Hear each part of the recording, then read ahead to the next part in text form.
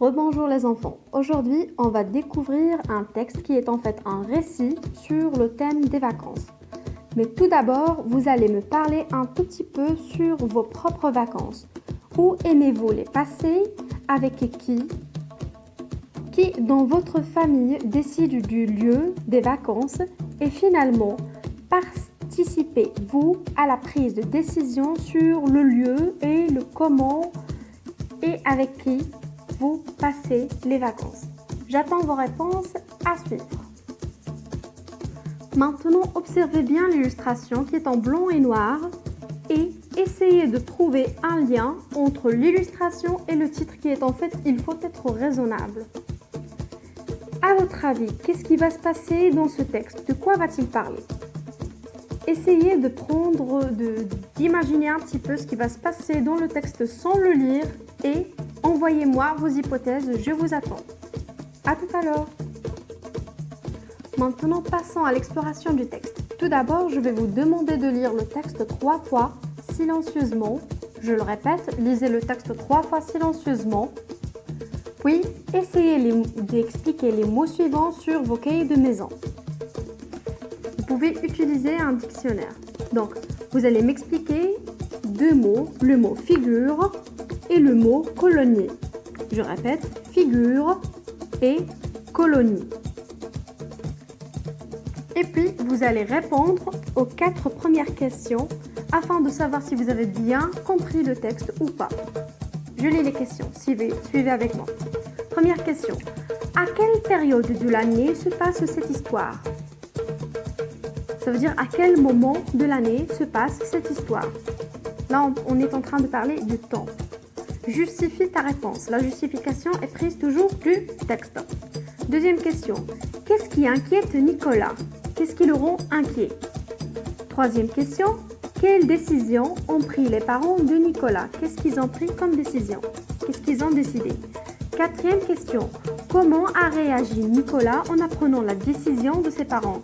Quelle a été sa réaction? Est-ce qu'il a été heureux, malheureux, stupéfait, etc. À ton avis, pourquoi? À votre avis, pourquoi il a eu cette réaction?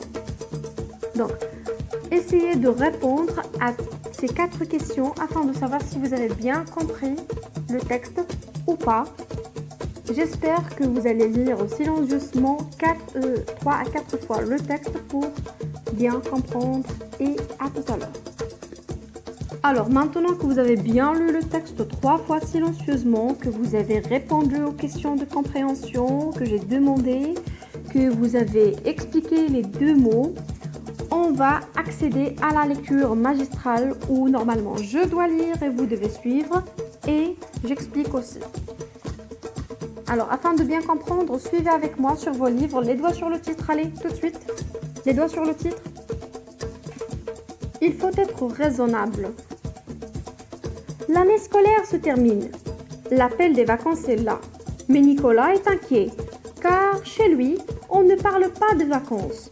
L'année scolaire, l'année de l'école se termine, a pris fin, ou bien elle est à la fin. L'appel des vacances est là, les vacances sont arrivées, c'est le moment des vacances.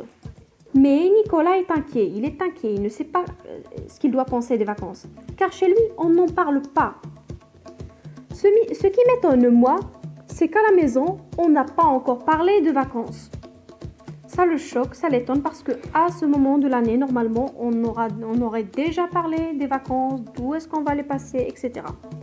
Pourtant, les copains de l'école se préparent tous à partir. Pourtant, ses copains à l'école, ses camarades, se préparent à partir en vacances et ils savent déjà ce qu'ils vont faire, ce qu'ils ont décidé pour les vacances. C'est pour ça qu'à la maison, aujourd'hui, j'ai demandé à maman où on allait partir en vacances. Il a posé la question, enfin, il a demandé à sa maman où est-ce qu'ils vont passer leurs vacances. Maman, elle a fait une drôle de figure. Je vous ai demandé d'expliquer le mot figure. Que veut dire le mot figure? Alors oui, tout simplement, le mot figure veut dire le visage. Elle a fait une drôle de figure, elle a fait un drôle de visage. Elle m'a embrassée, m'a fait un bisou sur la tête et elle m'a dit que nous allions en parler, qu'on va parler tout à l'heure, quand papa sera de retour, mon chéri. quand son père serait de retour. Alors déjà, on comprend que la décision est faite par son père. Et que j'aille jouer dans le jardin maintenant. Et qu'il doit aller jouer dans le jardin maintenant en attendant que son père revienne. Alors, je suis allée dans le jardin et j'ai attendu papa. Et quand il est arrivé de son bureau, j'ai couru vers lui. Il m'a pris dans ses bras. Il m'a fait « Oupla !» et je lui ai demandé. Alors, il est allé au jardin, il a attendu son père et lorsque son père est venu, il a couru vers lui. Celui-là l'a pris dans ses bras, lui a fait « Oupla !» Je crois que tout le monde a bien compris, mais chez nous ça se passe. Et je lui ai demandé. Et il lui a demandé. Ben alors, on parle des vacances ou on parle pas des vacances? Ben alors, ça veut dire, est-ce qu'on va parler, est-ce qu'on va en discuter, on va savoir ce qu'on va faire de ces vacances ou pas?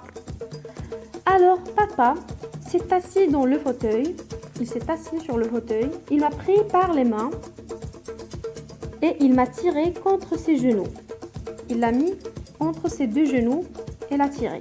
Mon Nicolas est un grand garçon raisonnable, n'est-ce pas? A demandé papa. Ça veut dire qu'il se sert de sa raison, de tout ce qui est logique.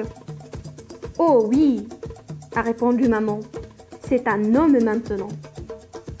Et là, c'est un sens figuré, ce n'est pas un homme, c'est juste pour faire croire au petit enfant qu'il est maintenant un grand et qu'il doit prendre ses responsabilités, être plus raisonnable, etc., etc. C'est une façon de convaincre les enfants. Désolée, parents. En tout cas, on continue. Moi, j'ai dit que oui, que j'allais être drôlement raisonnable. Et on va aller à l'hôtel? J'ai demandé. Est-ce qu'ils vont aller à l'hôtel? Donc, je crois que l'enfant a déjà entendu à l'école que quelques-uns vont passer les vacances dans un hôtel, etc. Pas exactement, a dit papa. Pas décidément. Je crois que tu coucheras sous la tente.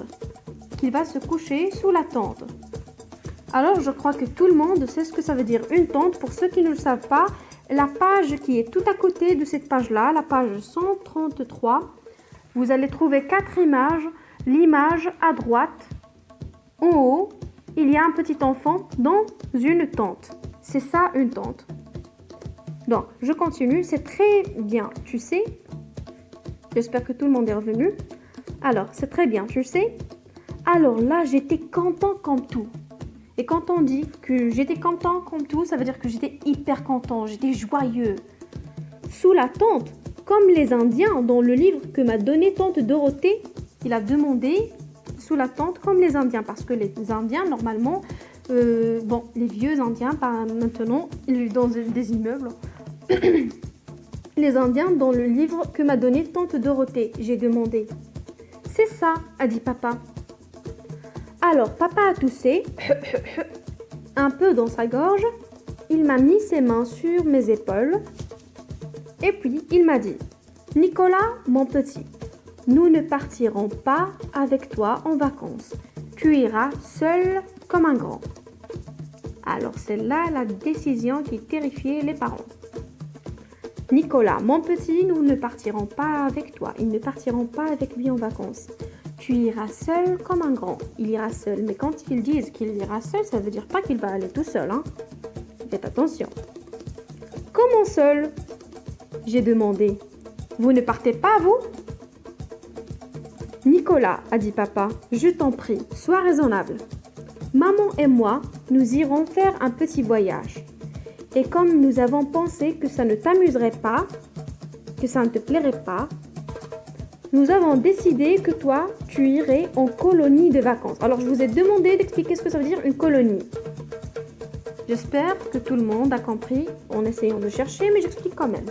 Donc, une colonie de vacances, c'est un hébergement, un programme de loisirs destiné à des enfants mineurs comme vous, qui partent en vacances et vivent des aventures avec des vieux ou des nouveaux copains et leurs moniteurs.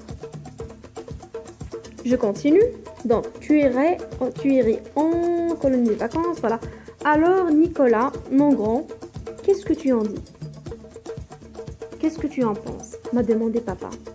Chouette! Alors là, on sait très bien qu'il est hyper heureux. J'ai crié et je me suis mis à danser dans le salon. René Goscinny et Jean-Jacques Sempé, extrait de Il faut être raisonnable, les vacances du petit Nicolas, IMAV édition Paris 2012. Alors maintenant, je vais relire encore une fois le texte, mais cette fois sans explication. J'espère que vous avez bien compris. Si vous avez des questions, n'hésitez pas à me les poser. Je serai là pour vous expliquer. Pour l'instant, tout le monde suit avec moi. Les doigts sur le titre. Allez, allez, tout de suite. Il faut être raisonnable. L'année scolaire se termine. L'appel des vacances est là. Mais Nicolas est inquiet car chez lui, on n'en parle pas des vacances. Ce qui m'étonne, moi, c'est qu'à la maison, on n'a pas encore parlé des vacances. Pourtant, les copains de l'école se préparent tous à partir. C'est pour ça qu'à la maison, aujourd'hui, j'ai demandé à maman où on allait partir en vacances. Maman, elle a fait une drôle de figure. Elle m'a embrassée sur la tête et elle m'a dit que nous allions en parler quand papa sera de retour, mon chéri, et que j'aille jouer dans le jardin maintenant. Alors je suis allée dans le jardin et j'ai attendu papa. Et quand il est arrivé de son bureau, j'ai couru vers lui. Il m'a pris dans ses bras, il m'a fait au plat et je lui ai demandé. Ben alors, on parle des vacances ou on parle pas des vacances? Alors papa s'est assis dans le fauteuil, il m'a pris par les mains et il m'a tiré contre ses genoux. Mon Nicolas est un grand garçon raisonnable, n'est-ce pas? A demandé papa. Oh oui, a répondu maman. C'est un homme maintenant. Moi, j'ai dit que oui, que j'allais être drôlement raisonnable. Et on va à l'hôtel? J'ai demandé. Pas exactement, a dit papa. Je crois que tu coucheras sous la tente, c'est très bien, tu sais. Alors là, j'étais content comme tout. Sous la tente, comme les Indiens dans le livre que m'a donné tante Dorothée? J'ai demandé. C'est ça, a dit papa. Alors, papa a toussé un peu dans sa gorge, il m'a mis ses mains sur mes épaules, et puis il m'a dit « Nicolas, mon petit, nous ne partirons pas avec toi en vacances. Tu iras seul, comme un grand. » Comment seul? J'ai demandé. Vous ne partez pas, vous? Nicolas a dit « Papa, je t'en prie, sois raisonnable. Maman et moi, nous irons faire un petit voyage. Et comme nous avons pensé que ça ne t'amusera pas, nous avons décidé que toi, tu irais en colonie de vacances. Alors, Nicolas, mon grand, qu'est-ce que tu en dis? Me demandait papa. Chouette! J'ai crié. Et je me suis mis à danser dans le salon. René Goscinny et Jean-Jacques Sempé, extrait de Il faut être raisonnable, les vacances du petit Nicolas, IMAV édition Paris 2012. J'espère que vous avez bien compris comme je viens de le dire tout à l'heure. Si vous n'avez pas compris, si vous avez des complications, n'hésitez surtout pas à me contacter, à me poser des questions. Pour les 4 questions de compréhension, vous aurez la correction, la séance de lecture prochaine. Au revoir et merci.